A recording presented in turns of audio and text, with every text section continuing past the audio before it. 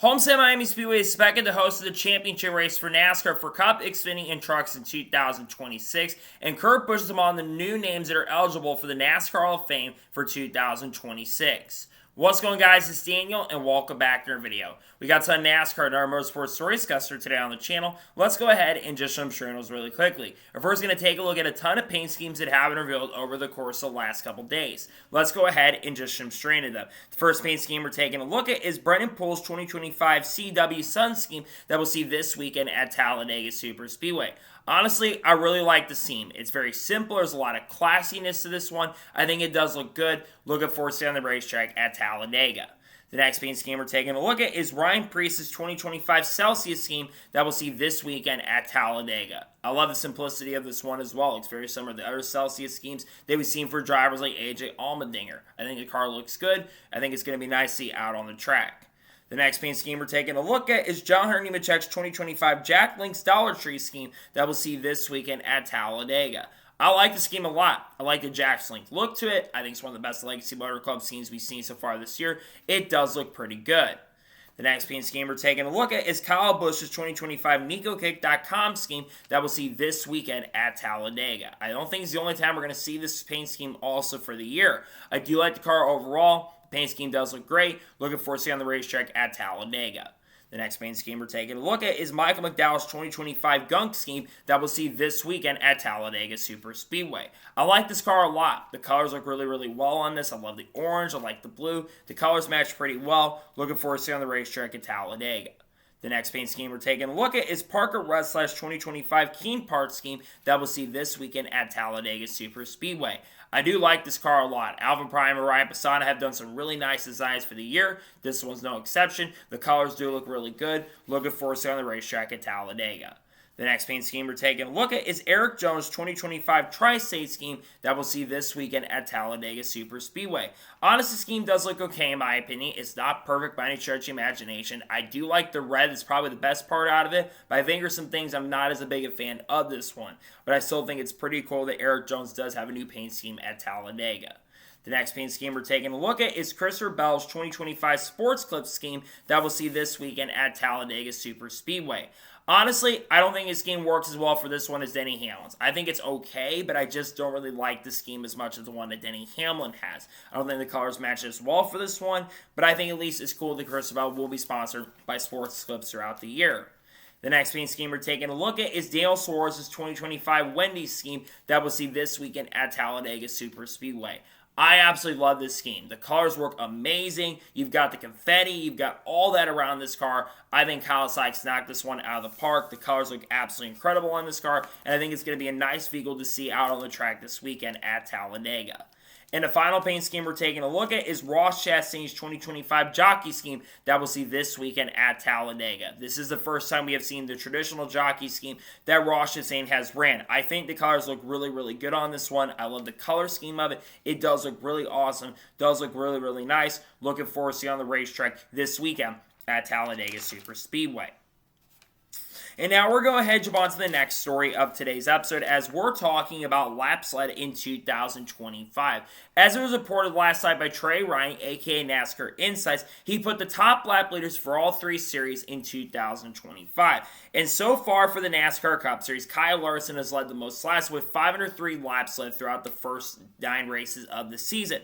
For the Xfinity Series, once again, it is Kyle Larson. Kyle Larson has led 408 laps in the NASCAR Xfinity Series this year. And then for the Craftsman Truck Series, it's Corey Heim who's led 346 laps. Now for Kyle Larson, most of those laps did come this past weekend at Bristol Motor Speedway, or 2 weekends ago, I should say. He had only led 92 laps going into the event, but he led 411 out of 500 laps in the race, which is why he did end up leading that much. For the Xfinity Series, it's a combination of both. He led almost 275 laps at Bristol, but he also led 130 laps around there in the Xfinity Series race at a Homestead. So I think it's not surprising to see Larson lead that much. And as Larson is also getting close to 10,000 laps led, which I think by the time we get to Texas or even Kansas, he's probably going to reach 10,000 laps led all time. And then for Corey Heim, no shock, he's been the fastest guy in the Craftsman Truck Series up to this point so far this year. And I think he's going to lead a lot more laps in trucks. I think he's led almost 2,000 laps at this point in truck competition ever. I think there's a chance he could lead 1,000 laps in trucks by the end of the year. Nonetheless, it's kind of impressive to see this for sure. And I think it's kind of crazy that Larson's got the stat for 2 of this series. And Corey Heim, who's the most talented driver in trucks right now, has that record in this series. Pretty awesome stuff overall to see that, in my opinion. And now we're going to head on to the next story of today's episode as we're talking about Ollie's Bargain Outlets. As it was announced on Monday morning that Ollie's Bargain Outlets will sponsor Sheldon Creed in the NASCAR Xfinity Series for 4 races in 2025, including, I believe, this weekend at Talladega Superspeedway. Ollie's Bargain Outlet has been sponsoring drivers in NASCAR Xfinity, even Cup competition, really for the last 20 or 25 years. I believe last year they sponsored Anthony Alfredo for a few races in 2024. And now they're going to be joining up with Sheldon Creed. Now, obviously, Sheldon Creed is still looking for his first career NASCAR Xfinity Series victory, but he is a pretty sane, solid super speedway racer, so I do think he's got a chance and opportunity to definitely be very, very competitive with this paint scheme. I think it also does look really, really good, too. I think that they absolutely knocked this one out of the park. I think it does look like a really nice-looking car, but to me, I think it's a big deal that Ollie's Bargain Outlet is continuing to support the sport like it's been for a very, very long time, and again, I think the car does look really solid, and I think it does look really good, and I think it's cool that Ollie's Bargain Outlet will get the chance and opportunity to sponsor Sheldon Creed for 4 races in 2025. And now we're going to head on to the next story of today's episode, where we're unfortunately taking this episode to a sour note, as it was sadly announced yesterday that Dr. Jerry Petty has officially passed away at the age of 90 years old. Dr. Jerry Petty had traded many drivers for many, many years in NASCAR in the Infield Care Center. He was basically, I think he came into sport around the 1970s and 1980s and was involved in the sport, I believe, till the early 2000s. My thoughts and condolences do go out to the Petty family during this time. Jerry brought a lot to the sport, and it's a really sad day for the sport to lose someone like Jerry Petty, who brought a lot to it. Again, my thoughts and condolences do go out to Jerry Petty during this tragic time. The NASCAR community is in support of the family as well at the moment. My thoughts go out to him. Jerry Petty, unfortunately, was 9 years old. Again, my thoughts and condolences do go out to the Petty family during this tragic time at this particular moment. And now we're going to head on to the next story of today's episode as we're talking about the Bristol Cup race. As it was reported by the NASCAR Insights account that is run by Trey Ryan, that according to them, they had a 235-lap green flag run from the Cup Series race at Bristol Motor Speedway to end the event. This is the longest run to any race in the NASCAR Cup Series since Dover in 1997, which had 301 laps. And keep that in mind, for that Dover race, which had 301 laps, there were no stage cautions in that event and no BS yellows that came out. There was a stage caution to end, and that's the reason we even break the record, because I think had we not had the situation with the stage yellows, I think we could have honestly broke the record and had probably the fastest race in Bristol Motor Speedway history. I think it just shows that, one, the next-gen car does have a lot of problems, but I also think it's kind of impressive that we even had green flag pit stops. It's very rare that we see green flag pit stops nowadays at Bristol. It kind of used to be common back in the 80s and stuff, but now it's not a super common thing anymore. So I think it's kind of crazy that you've got 235-lap green flag run. I don't know if we're ever going to see anything like that again, especially with the stage cautions. I don't know if we're ever going to see where we don't have any cautions going forward. To me, I think that's a wild stat, though, for sure, and kind of crazy to see that we had a 235-lap green flag run to end the NASCAR Cup race at Bristol. Next-gen car needs a lot of work done. There's no question about it. There's no denying it, but I still think it's kind of, admittingly, kind of crazy to see a stat like that continue to show up in NASCAR Cup competition.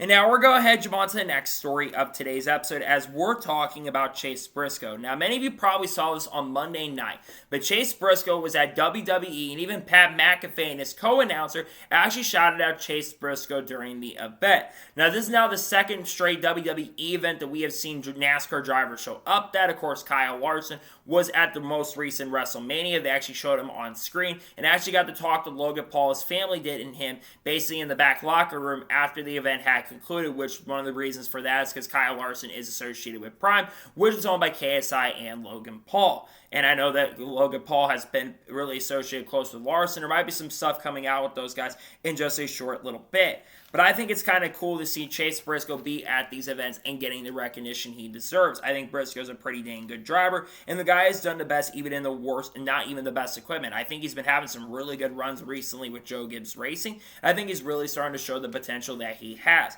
So I think it's still a pretty big deal and pretty awesome and great to see that Chase Briscoe got the chance and opportunity to get shouted out on WWE. I think that's pretty exciting and pretty crazy stuff overall, in my honest opinion. Pretty exciting stuff. And now we're going to jump on to the next story of today's episode as we're talking about Tim McGrath.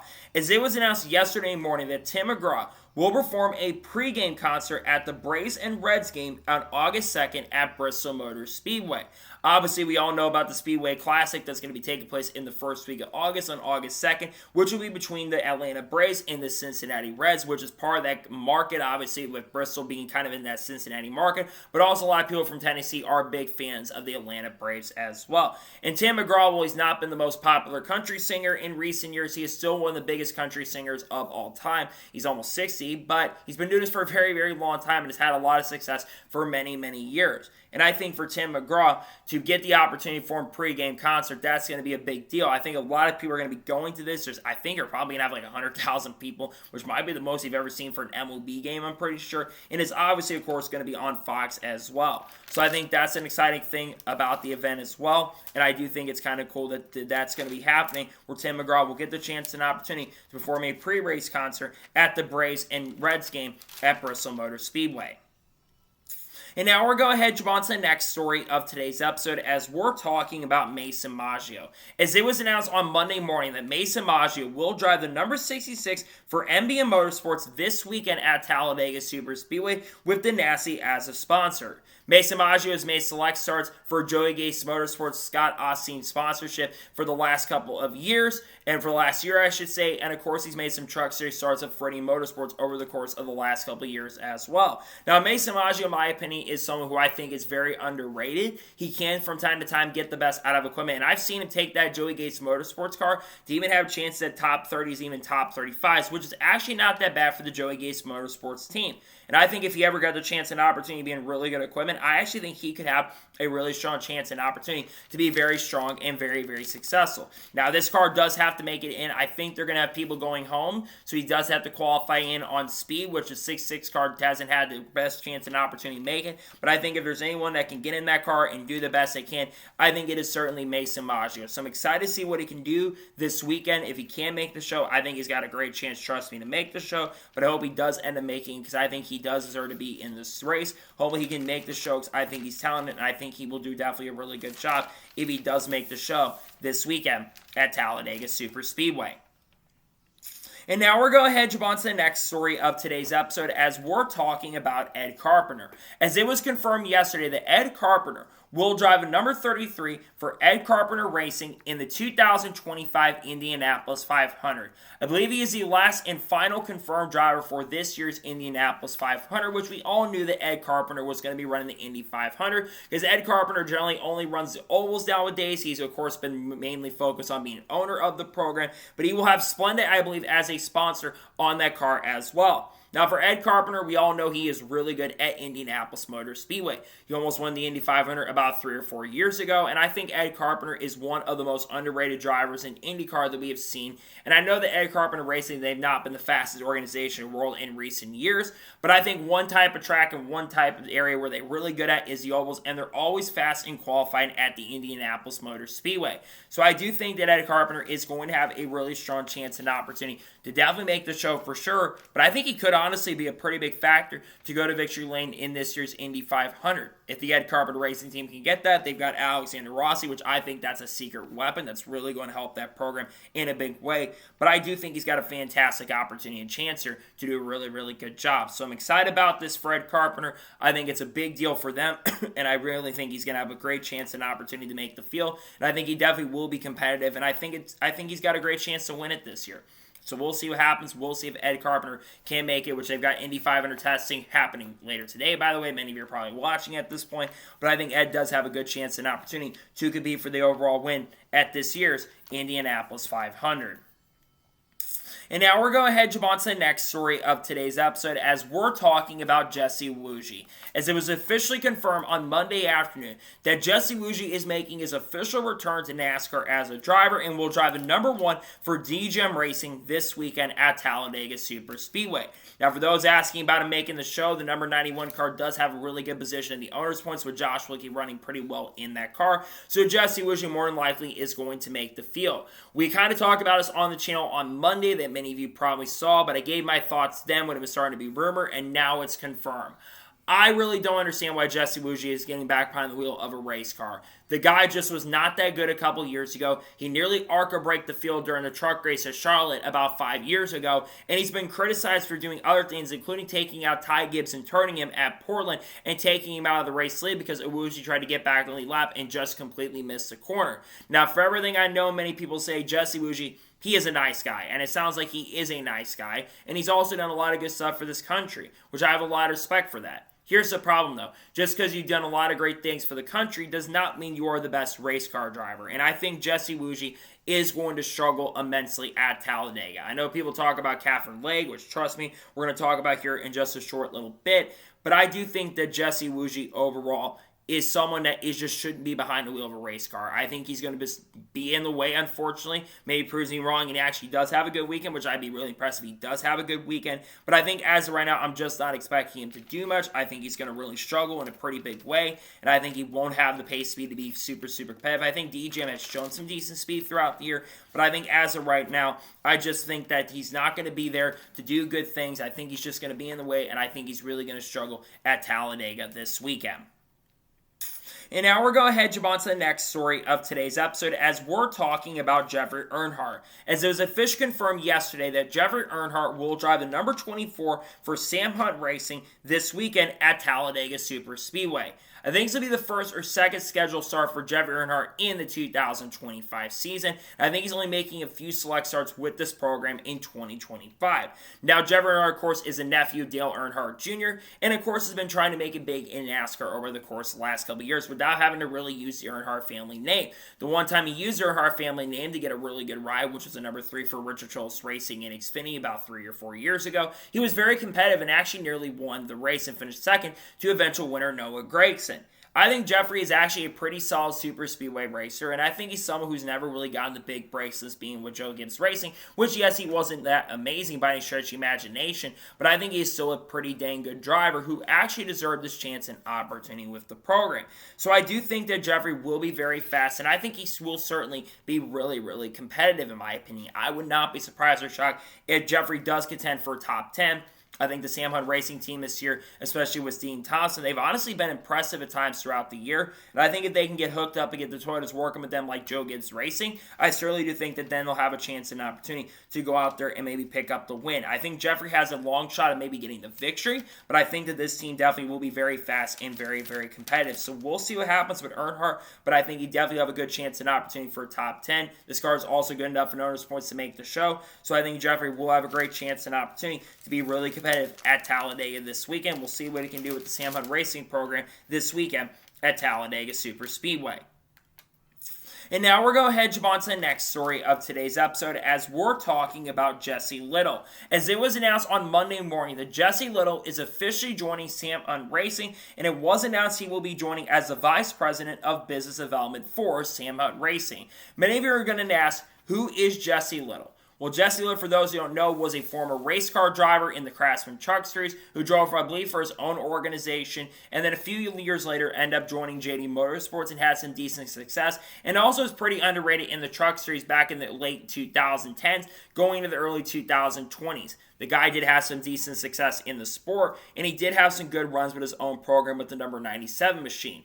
Then a couple years ago, he retired from racing altogether and then went up to be an official in the NASCAR Craftsman Truck Series. I think he was a series director for a couple years from, I believe, like 2020 to 2021 up until around 2022 or 2023. So Jesse Love does bring a lot of real-world experience, which I think is going to help this program in a pretty big way. Because I think Sam Hunt Racing, they have been in a really good position. I don't think there's any questioning it. This team hasn't really taken that next big step, and they've looked a lot better in recent recent years as well. But I think having someone come in like Jesse Little, who does have experience, kind of will get help from his father on that area as well. I think this could lead to Jesse Little having some really straight opportunities here to really get the team in a good position, especially when it comes to the business developments, because that's one area that I think Sam Hunt Racing is struggling, is finding sponsorships. Granted, they got Dean Thompson, who's bringing a lot of funding and sponsorship to the table, but I think bringing someone else in who can really help get the sponsorship into your program, I think that is a really big deal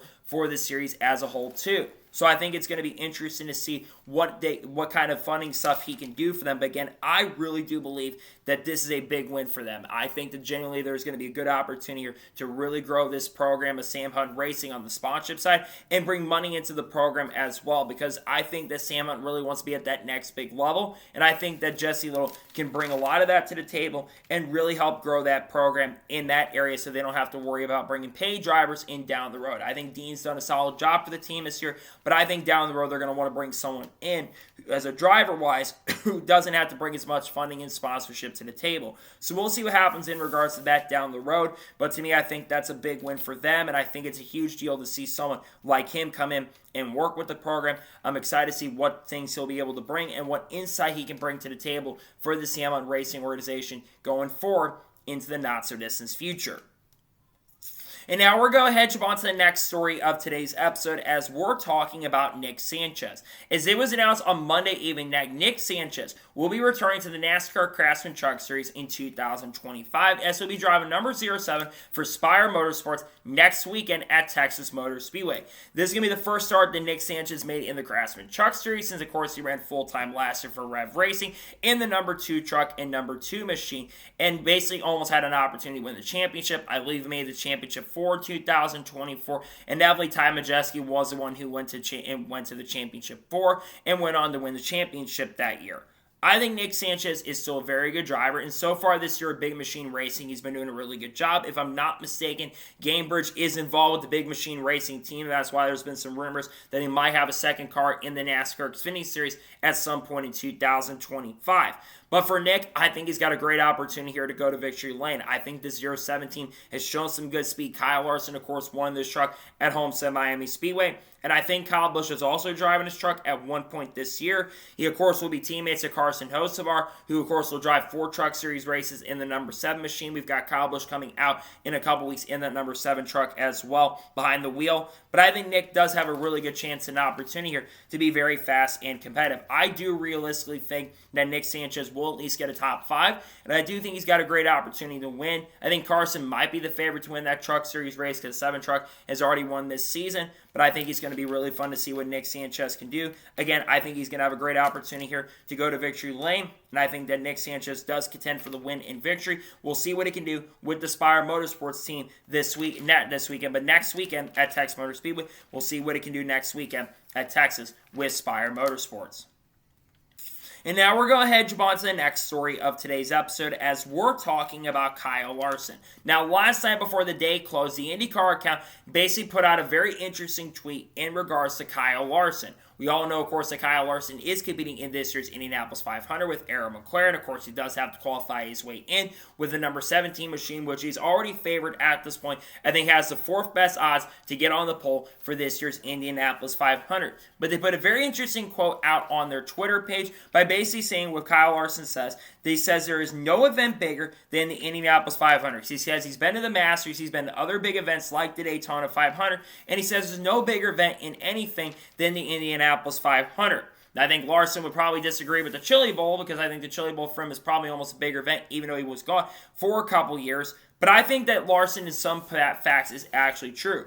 I think the Indy 500 is the biggest motorsport event of the year. Yes, the Daytona 500 draws the most eyes of any of the big events for motorsports every single year compared to Indy 500, which draws usually about 5 to 6 million viewers on average, while the Daytona 500 is still nearly getting 10 million viewers every single time we have a Daytona 500.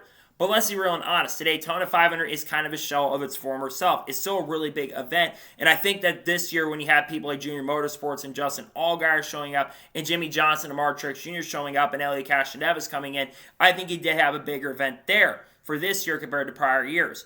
But when I look at the Indy 500, It's big in a lot of areas. When it comes to qualifying for the Indy 500, when it comes to the big names that it can draw. You think about Fernando Alonso, who showed up to the Indy 500 2017 and then showed up again in 2019 and also 2020 as well, made the field in 2020 and was pretty competitive.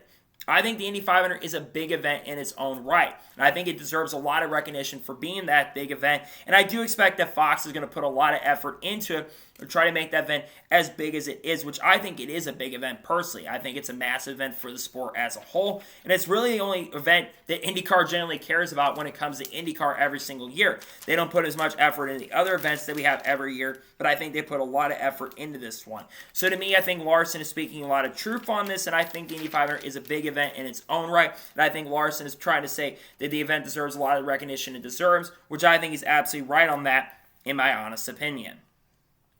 And now we're going to head on to the next story of today's episode as we're talking about Dale Jr. Now, TobyChristie.com did a very interesting article in regards to Dale Jr. and basically of him working with the Hard Rock group now and being an endorsement group for that and being part of that endorsement group involved in the Hard Rock stuff. But Dale Jr. was asked a question earlier this week about saying if there is a driver who is in top tier equipment right now that could get top equipment, who do you think is that driver who could really do that? Well, Dale Jr. mentioned a very interesting name, and he mentions Parker Retzlaff. He says that if he was put in top equipment like a Joe Gibbs racing car or even a Junior Motorsports car, even a Rich Schultz racing car, he thinks that Parker could get in that car and be a championship contender instantly. That is a really big endorsement from Dale Jr. And honestly, I actually have to agree with Dale Jr. here on Parker Retzlaff. I think Parker Retzlaff has never really been in top level equipment. But every single car he's gotten behind the wheel of, he has made that organization a lot better. Going back to RSS Racing, when he got on the scene at Phoenix and qualified really well, I was like, who is this Parker Retzlaff kid? And he just showed up and was really, really good from the instant get-go.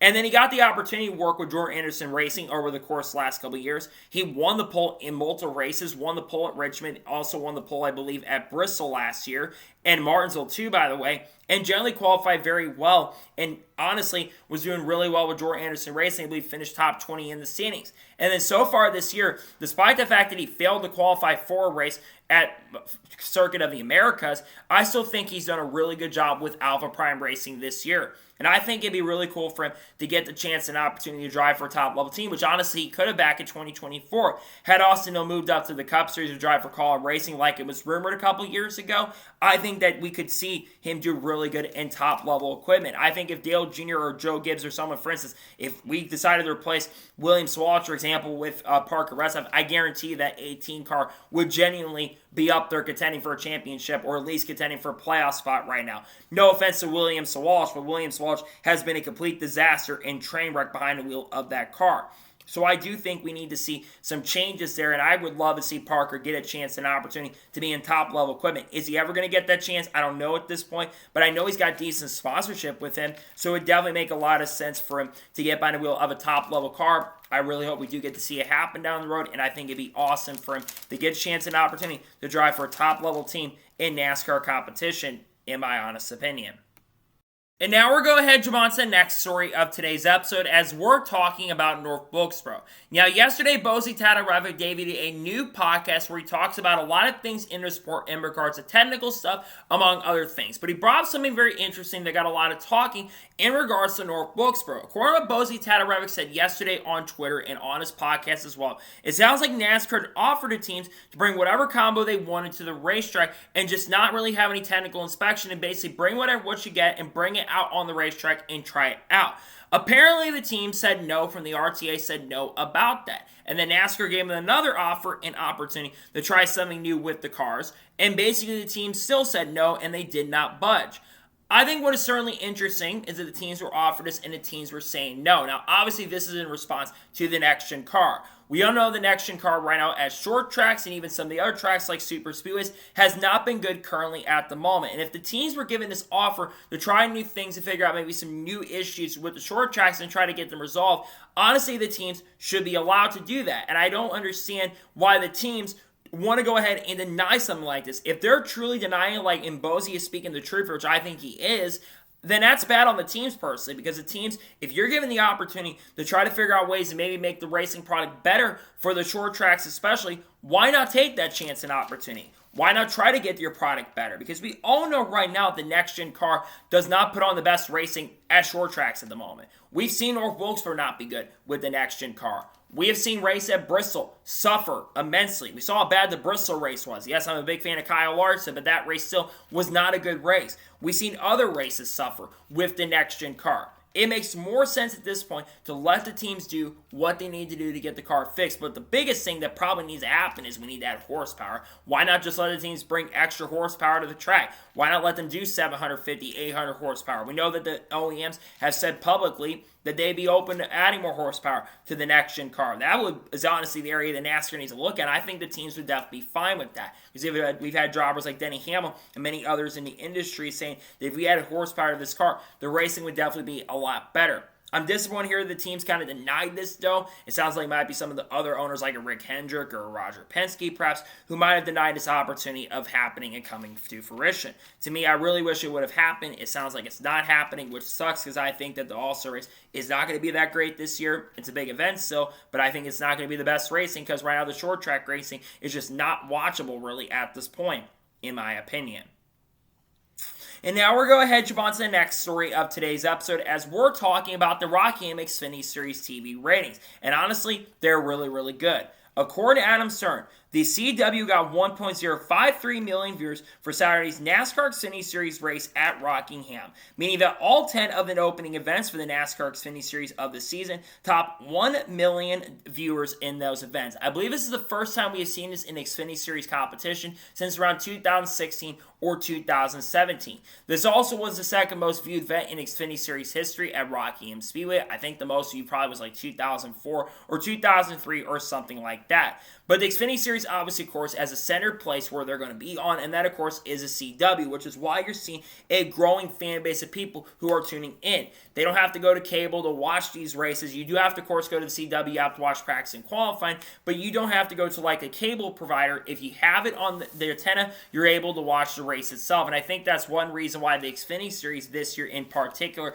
hasn't really growing, and I think that's why Xfinity is continuing to grow. That's why they're going after a big sponsor right now for their title sponsorship, because it's not going to be called the Xfinity Series next year. It's going to be called something else. More than likely, I'm thinking Busch is going to come in and be that title sponsor for the secondary series next year, considering Busch has got a big association with NASCAR right now. And of course, they've got LeBron James as a company, Clutch Sports, kind of coming in to try to help them find that new big sponsor. But many, from what I have heard, have said it's probably going to be something like Busch who's coming in, which doesn't shock me or surprise me, considering Busch does have a big association with NASCAR already as it is. But Xfinity's been really killing it. I think also the broadcasts themselves have generally been good, even for them being remote broadcasts like they've been this year. I think the broadcasts, like I mentioned, have generally been really solid and really, really good. And I think that's one thing that's been really helping the Xfinity Series as well get to that next big level. But to have over 1 million people tuning in the Rock game is huge. And I think that number is still going to be over 1 million, considering you're going to have some big names, I think, racing this weekend at Talladega. And you're going to have, the 11th straight race, because Talladega is generally one of the most watched races for the CW, well, for Xfinity every year. So I think you're going to have a big number of people that are going to tune in.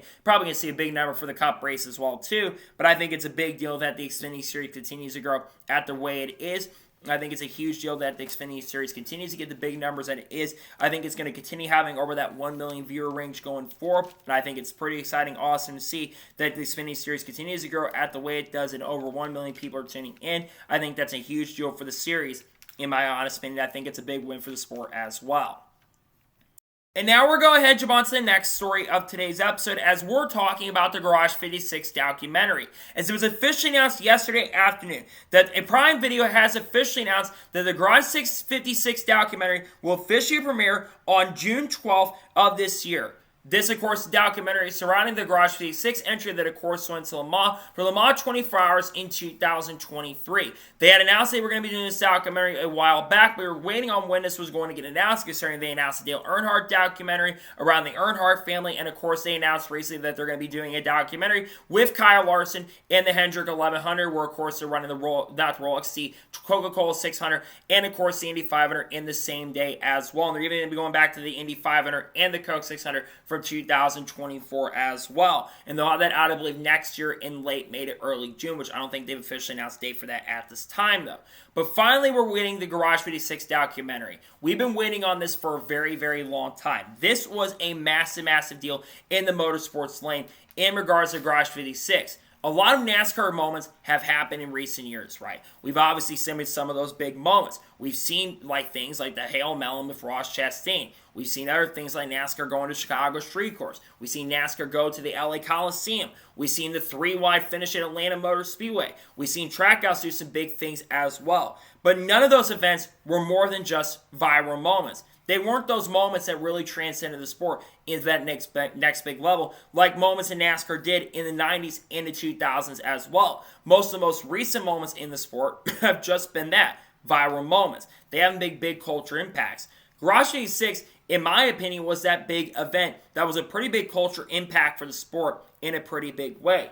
And I think that Garage 86 brought a lot to the table. One, a lot of people that aren't even interested in NASCAR completely became interested in NASCAR for a little bit because of something like Garage 56. And to me, I think that it is still a really big deal on how this ended up happening, right? Because I think Amazon Prime really is going to put a lot into it. I think it's going to put all that newfound interest. Also, I think it's going to help on the international side as well, because a lot of talk to NASCAR is looking to go international, maybe to somewhere like Europe in the next couple of years. And they're talking about maybe going to Le Mans and maybe like to France, Europe, Belgium, all that stuff, or England too, and going there to the UK and racing out there. And I think that with Le Mans, how successful the Garage 86 car was, which is a modified next-gen car, I think that it really led to a lot of big things, and it could lead to a lot of big opportunities down the road as well. So I think that this was still a really big win for the sport too. And I think that something like this could really have led to a lot of really big things down the road. I mean, NASCAR's already talking about going maybe to Brazil in the next couple of years. Sao Paulo still is in talks, and they're interested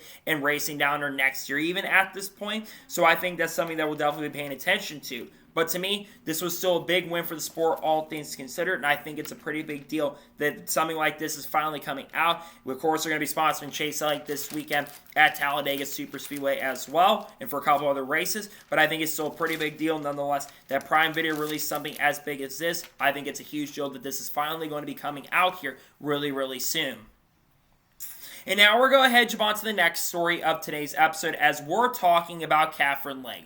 Now, Katherine Leg has been under a lot of fire and has been one of the big talking points in motorsports over the course of the last couple months because she is trying to make it big in NASCAR currently at the moment. And this past weekend at Rockingham Speedway, there's a lot of talk around her in regards to the situation that happened between her and William Sawash. Now, since that fallout has happened of what happened at Rockingham this past week, Katherine Leg was most recently on, I believe, a therapy podcast, I'm pretty sure, in regards to motorsports therapy, and she spoke on the backlash that she has received after Rockingham. And it came to the point where she received backlash to the point of hate mail and death threats and sexual comments as well. Now, this situation, when I saw a lot what she said here, what happened here was not acceptable in any way, shape, or form, regardless of who it is. I think death threats, and by the way, death threats I believe are legal, so you can definitely go to jail if you do send a death threat to somebody if they want to press charges against you. So you can definitely go to jail for something like that. But the same thing as well, hate mail, the death threats, people going after sponsors, among other things.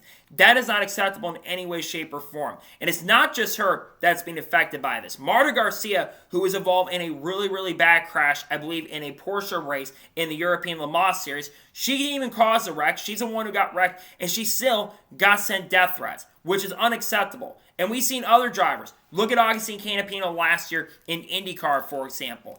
When we saw people like Callum Ilott accidentally get into him and Teo Boucher, guess what happened? Those two drivers were sent death threats by Argentinians. And it's just unacceptable. Look, I think criticism toward a driver is fair. I don't think there's any question it's fair to be critical toward a driver. And not to mention, but sending death threats and all that is unacceptable. Not to mention, when we actually look at the situation that happened at Rockingham, I don't even really think Katherine Leg is 100% at fault for what happened there. You know who's at fault for that, in my opinion? William Sawash. William Sawash completely ran into the back of her. He's the one who ran in the back, but everyone was instantly blaming her because she could have been higher. Well, William Sawash, for instance, is like 25th in the points right now, is doing terrible in a Joe Gibbs racing car, and yet I don't see anybody doing this kind of stuff to someone like him. It is just not acceptable for this kind of behavior to come out. And I just think that people need to be a lot better than this. There is no reason to be sending death threats towards somebody. There's no reason to be hating someone the way I've seen some people hate on her on social media. And there's no reason to be sending sexual comments, oh, because she's a woman. We've seen this with other female drivers too. Haley Deegan got the same bad responses over the years. Tony Breitinger's gotten the same responses. And other female drivers have gotten the same thing as well. And to me, it's just not acceptable. We don't do this kind of stuff to other drivers. So why are we doing this to people like Katherine Leg? Katherine Leg could have been in the Indy 500 this year, by the way, and didn't get the chance and opportunity to run the Indy 500 because they didn't have a chassis for her. She should have been competing in the Indy 500, and now she's got to deal with this BS and this crap. And to me, it's just unacceptable. We as a community and a racing community have got to do better than this. I don't get why people think sending death threats and hate mail is acceptable, because it is certainly not. It's not okay in my opinion, and people need to be better, and they need to do better. It's not okay to be like this. Do better, people. Be better individuals and show more respect to one another as well, but also just don't be a classless individual, because some of this stuff is just classless and unacceptable in my honest opinion. I think it's just unacceptable and unforgivable from some of the people that are doing this stuff. And now we're going to go ahead and jump on to the first of two major stories in today's episode, as we're talking about the NASCAR Hall of Fame. As it was officially announced yesterday that the 2026 nominees have been officially revealed for the 2026 class of the NASCAR Hall of Fame. Among the new nominees that have been announced are Kurt Busch and Randy LaJoie for the modern day ballot, and for the Pioneer ballot, it was announced that Jake Elder was announced part of that group as well. So let's begin by talking about who is eligible on the modern era. The 10 individuals that are part of the modern era ballot are Greg Biffle, Neil Bonnet, Tim Brewer, Jeff Burton, Kurt Busch, Randy Dorton, Harry Gant, Harry Hyde, Randy LaJoie, and Jack Sprague. And for the Pioneer era ballot, it is Jake Elder, Ray Hendrick, Banjo Matthews, Larry Phillips, and Bob Wellborn. Beginning with the modern era, Greg Biffle, of course, won the NASCAR Craftsman Truck Championship in 2000, won the Xfinity Series Championship in 2002, and won 19 NASCAR Cup Series events, including winning the Southern 500 and twice, and also has done a lot of stuff off the racetrack as well in recent years. Neil Bonnet, of course, very, very successful race car driver in the 1980s, won nearly 20 Cup Series events, won the Coca-Cola 600 multiple times, won multiple races at Rockin', and was also a legendary commentator in the 80s as well, and even the early 90s. Then moving on to Tim Brewer, he won 2 or 3 NASCAR Cup Series championships as a crew chief with Junior Johnson, and won a lot of races with drivers like Darrell Waltrip, and also had success with other drivers in the sport as well, and was also part of ESPN's broadcast for many, many years. Jeff Burton won, I believe, 21 or 22 NASCAR Cup Series events, won the Coca-Cola 600 twice, also won some other big events, including the Southern 500, and Jeff Burton's also been still part of the sport as a commentator for NBC, and has been an ambassador for the sport as well for a long time. Then you have Kurt Busch, one of the new nominees. 34 career Cup Series wins, won the 2017 Daytona 500, won the Coca-Cola 600 in 2010, and Kurt Busch also is the only champion on the list as a driver. Randy Dorton has won 7 or 8 championships as an engine builder for Hendrick Motorsports, and that's a name that is legendary in his own right. Harry Gant won 18 NASCAR Cup Series races, the oldest, winningest driver in NASCAR Cup competition at the age of 52 or 53. He won at Michigan in 1992 at the age of 52 years old. Then you have Harry Hyde, who was a legendary crew chief in the 1970s. I believe he won the championship Bobby Isaac in the 1970s, and also he won a lot of races with drivers like Tim Bridgman, also I believe won with Ken Schrader, I'm pretty sure as well. Then you have Randy LaJoie, who is a 2-time NASCAR Xfinity Series champion in 1996 and 1997, and also, of course, ended up being very, very successful as someone who built a lot of safety stuff. And then Jack Sprague, who is a multi-time NASCAR Craftsman Truck Series champion and one of the winningest drivers in truck competition as well. Then you go to Pioneer. Jake Elder won 3 championships as a crew chief, Suitcase Jake. And then, of course, you have Larry Hendrick, Banjo Matthews, Larry Phillips, Bob Wellborn. Now, who do I think is going to get into the NASCAR Hall of Fame for 2026? Well, I think the one no-brainer that I think is going to get in is Kurt Busch. Kurt Busch, obviously, is the only champion driver on here. 34 career NASCAR Cup wins, which I believe puts him 25th or 26th on the all-time wins list. He won the Daytona 500, and he won some other big events in motorsports. Plus, I think Kurt Busch won a lot with a lot of different teams and had a lot of success with other teams like Chip Ganassi Racing, Penske, Roush, Stuart Haas Racing, and even 2311 Racing as well. Has been also over there. 2311 Racing still helping, and Kurt's also been cleared to race, so we could see him return in the future. But I think Kurt Busch is absolutely the only no-brainer for the modern era ballot. I think he absolutely should be the one that's in there because Kurt Busch is the only champion there. 34 Cup wins puts you up there in the top 30 all time. He absolutely will be in there because everyone else ahead of him is either already in the NASCAR Hall of Fame at this point or is going to get inducted in the future. And there's a lot of people behind him like Carl Edwards and Dale Jr. and even other people in the sport like Davey Allison, Alan Kulwicki are inducted. So I do think that Kurt Busch will get inducted. I think he's the number one. The other one, I think it comes down for me between Greg Biffle and Harry Gant. I would love to see Harry Gant get into the Hall of Fame because I think Harry Gant deserves to be in the NASCAR Hall of Fame. He started at a late age and had a lot of success at a later portion of his life. So I think Harry Gant for sure would be the one I would love to see, but I think it's actually going to be Greg Biffle who's going to get the other spot. Won Truck Championship, won the Xfinity Series Championship, and also, of course, he did go out there, have a lot of success outside of NASCAR. He helped a lot with the hurricane relief, and I think that's something that's going to help him get considered on the modern-day ballot.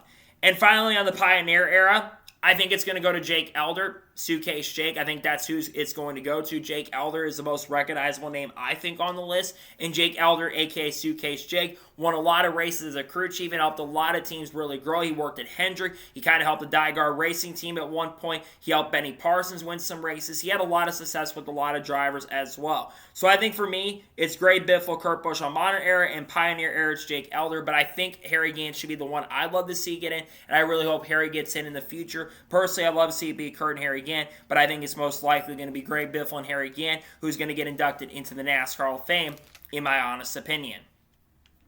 And now we're going to jump on to the final major story of today's episode as we're talking about Homestead Miami Speedway. Now, we did a video covering this on the channel on Monday morning, but it was reported early in the morning on Monday by Jordan Bianchi that it looks like Homestead Miami Speedway will be hosting the championship races for the Cup, the Xfinity Series, and the Truck Series in 2026. And according to them, it is only a one-year deal at the moment, as it sounds like there might be a rotation beyond 2026 going into 2027. We have been hearing rumors and speculation over the course of the last couple of months that this very likely was going to happen. In fact, there was actually supposed to be an announcement, I believe, during Homestead Weekend. From what I've heard, is there was supposed to be an announcement during Homestead Weekend where they were going to have a bunch of drivers at the racetrack, like a Kyle Busch or something like that, and even Door Bumper Clear kind of confirmed this as well. There was supposed to be an announcement during the week of Homestead that they were going to be hosting the championship race in 2026, but they didn't announce it. They canceled that announcement because, one, they basically delayed it because of the financial stuff not being available at that time. But number two, the other reason they kind of denied it happening was because they had the wildfires going on, and there was a lot of focus on that. Multiple people had to leave the track during that time because of this. But obviously, Homestead Miami Speedway will be the championship race next year, and I think that is a really, really big deal. When you think about the racing product at Homestead Miami Speedway puts on some of the best racing products we have seen in NASCAR today. They put on incredible racing out there. Generally, the Cup, Xfinity Series, and Truck Series do a really good job on that front, and to me, the racing is the most important thing. The advantage that Phoenix has had over the course of the last couple of years has not been the racing product, but it's actually been their facility. And I'll give Phoenix a lot of credit. They do have a really good facility. They're one of the top facilities in NASCAR today, from what I know. And the track does look really good. Here's the problem. The racing product at the track, unless you have a softer tire, the racing product at the track is generally very bad, and it's not really, really good at all. I mean, they had to have a soft tire to try to spice up the race at Phoenix to make it a lot better, because we know that the racing is just not just the next-gen problem. It's a racing product altogether. The Truck Series never puts on a good product, and the Xfinity Series never puts on a good product. So to me, I think Homestead is a perfect venue to host it because you get the best opportunity. Plus, you don't have one team that's probably going to figure out the setup, because you're going to have multiple teams that are going to have that chance and opportunity to get the setup on.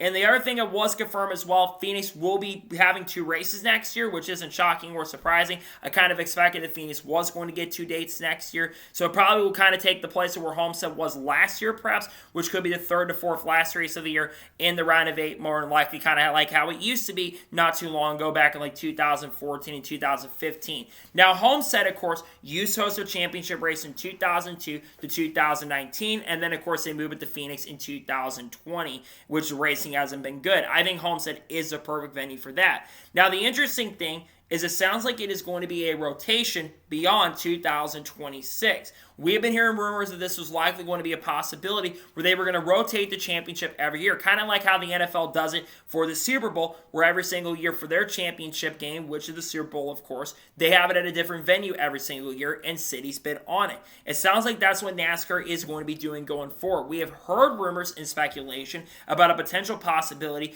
of somewhere like Las Vegas hosting a championship race in 2027. And it sounds like that Homestead will be part of that rotation long term, but also Phoenix, which isn't shocking and surprising, will be part of that rotation as well and could get the season finale back in 2028 if they do bid on it, but it would only have it for 1 year. And then maybe this could lead to other tracks, like a Charlotte perhaps, or maybe even a track like Kansas Speedway, which, yes, it would be a little colder, so you might have to end the season a little earlier to get it in, but I think Kansas would be the perfect track for that. Now, the other thing that we need to kind of talk about is the championship format. Because that's the other thing that is wrinkled toward this is the fact that we still don't officially know what the championship format is going to be for 2026. There's a playoff committee going on currently at the moment. They're having a lot of talks and discussions about what that championship format is going to look like for the 2026 season. And it sounds like there might be some big changes coming on the horizon on that. They've got people like Christopher Bell involved in that stuff. They've got people like William Byron, I believe, involved. I believe Dale Jr. and Mark Martin are involved. I think Kyle Larson's involved in that. I think other people like Carl Edwards are involved in that thing as well. And even media members are getting involved in the playoff format as well. Because we all know the playoff format that NASCAR has currently at the moment is very unstable. And having a one-race championship is not the way to go. I personally think when it comes to the championship format for next year, I think if you want to have a balance, go back to the original Chase era. You have the balance of the entertainment side of things, but you also have a big enough sample size. I think while some have mentioned 3 races, and that's definitely better than having 1 race, I think having only 3 races is not enough of a sample size. I think, in my opinion, you need to have at least 10 races to be able to get enough of a sample size, because that's the one thing about the Chase that I think actually worked for the longest time, is you had enough of a sample size. And also, winning your in has to go too, by the way, so I think winning your in is one of the biggest detriments to this system as well. But the big news here being Homestead. When this was announced on Monday, and to confirm it will be an announcement coming soon on that, but it was reported, I just became so excited. I think everyone knows how much I've clamored for Homestead Miami Speedway to host the season finale, and the fact that it likely will become a reality for next year, I think is really huge for the sport. And I think it's a big win for NASCAR too, because Homestead is a fantastic track. The racing, like I've already mentioned many times before, the racing at Homestead is generally fantastic and really, really good. And I think you do get the best out of the product out at that track. So I think that Homestead, again, being the season finale, a big win for the sport in my opinion, and I think it's going to be a fantastic and really, really great race. So I'm excited about this, and I think it's huge that Homestead will get that chance and opportunity to be the official season finale for the 2026 year. An announcement is expected in the coming weeks on that front. Looking forward to see when it does get officially announced for 2026, which again, it will be happening very, very soon. Excited about this news for sure. So, that is going to be today's Law NASCAR News and Motorsports News episode. I want to thank you guys for watching. Please subscribe to the channel. Notifications on, so if I win a video, it does go live on my channel. Follow me on Twitter, Facebook, and Instagram, and support me on Patreon as well. Let's get more of that and comment your thoughts below on today's episode. You think Kurt Busch should be elected into the Hall of Fame? Let me your thoughts in the comments below. And more thoughts about Homestead being the championship race next year. Let me your thoughts in the comments below. If there's any major news that does break later today, we'll discuss it live on the channel. We might have the Justice of disqualification news. We also are going to have the Xfinity Series race picks for Talladega coming as well. Then tomorrow on the channel, you're going to see the NASCAR Cup race picks for the Jack Links 500. And we should have, of course, the paint scheme video dropping as well. And then on Friday, we're probably going to have a news video. And we're also likely going to have the reactions to Xfinity Series qualifying as well. We got content coming out of people like Haley Deegan, Shane Van Gisbergen, Carl Ertz, Kurt Busch, Kyle Busch, Bubba Walsh, 2011 Front Row Motorsports, the lawsuit of Michael Jordan as well. Kyle Larson, Chase Elliott, Amazon Prime, other people in the industry, Clarissa Farland, Matt DiBenedetto, Connor Zillis, Junior Motorsports, all the good stuff we'll be talking about on the channel in the coming days and weeks. So anyways, like I said, I want to thank you guys for watching today's episode, and I'll see you guys next time for more great, awesome NASCAR content and other motorsports content on the channel like this. Take care, everybody.